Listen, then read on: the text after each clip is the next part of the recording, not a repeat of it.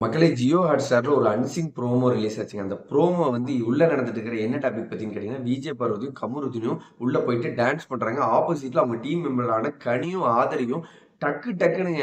எனக்கு தெரிஞ்சு 2 1/2 மணி நேரம் ஆச்சு நம்ம எப்சேவும், சுபிக்ஷாவும், விக்ரமும், அரோராவும் ஆடுறத கண்டுபிடிக்கும்போது. நேத்து எபிசோட்ல பார்த்தீங்கன்னா, விக்ரமும், அரோராவும் அந்த சாங்குக்கு டான்ஸ் பண்றாங்க.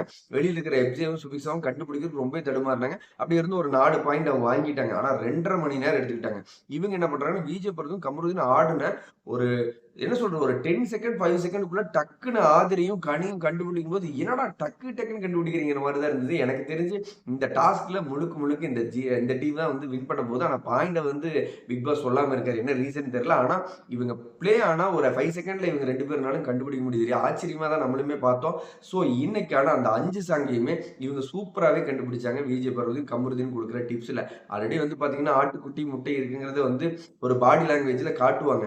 அத வந்து காட்டவே கூடாது. இது தவறு. இதுக்கு பாயிண்ட் நீங்க குடுக்கக்கூடாது பிக் பாஸ்ன்னு வந்து விக்ரம் வந்து ஆர்கியூ பண்றாரு.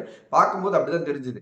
யானை, ஆட்டுக்குட்டி, முட்டை அப்படின்னு அவங்க காமிச்ச மாரி தான் இருந்தது. அந்த கடைசி பாட்டுக்கு. அதுக்கு முன்னாடி எல்லாமே டக்குன்னு டான்ஸ்லயே இவங்க கண்டுபிடிச்சுட்டாங்க. அது ஒண்ணு மட்டும் மாடலேஷன்ல காமிச்ச மாரி இருந்தது. விக்ரம் வந்து இது தப்பு.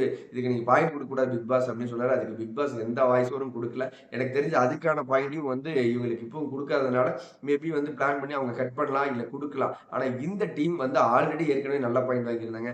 இப்ப நடந்துட்டு இருக்கிற அந்த டாஸ்க்லயும் சூப்பரா விளையாண்டாங்க அப்படிங்கிறது என்னோட கருத்து. இந்த வீடியோ பார்த்துட்டு இருக்க நீங்க 1 செகண்ட் லைக் பண்ணிட்டு கமெண்ட்ல சொல்லுங்க மக்களே. இந்த டாஸ்க் பொறுத்தளவுக்கு எவ்வளவு சுவாரஸ்யம் இருந்தது? எந்த டீம் வின் பண்ண வாய்ப்புகள் இருக்கு? எந்த டீம் அழகா விளையாடுறாங்க? அப்படின்னு நீங்க நினைக்கிற எல்லாத்தையும் கமெண்ட்ல சொல்லுங்க. நான் ரிப்ளை பண்றேன். பிக் பாஸ் லைவ் அப்டேட்ல அடுத்தடுத்த வீடியோல சந்திக்கலாம். பாய் மக்களே.